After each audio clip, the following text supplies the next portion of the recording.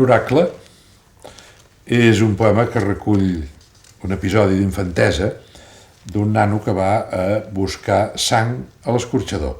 Això era, en la meva infantesa de postguerra, molt corrent. La sang era un aliment barat i al mateix temps molt alimentici.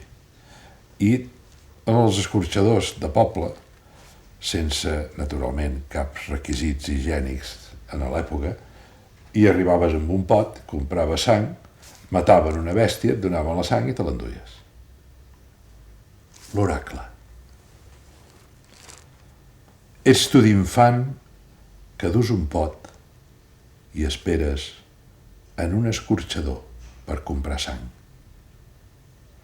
Damunt del terra de ciment hi ha uns bancs amb les cabres esteses en fileres, el coll ofert, lligades i balant. Has col·locat el pot sota una d'elles, negre i suau. Un home, sense presses, armat amb un punxol adegollat.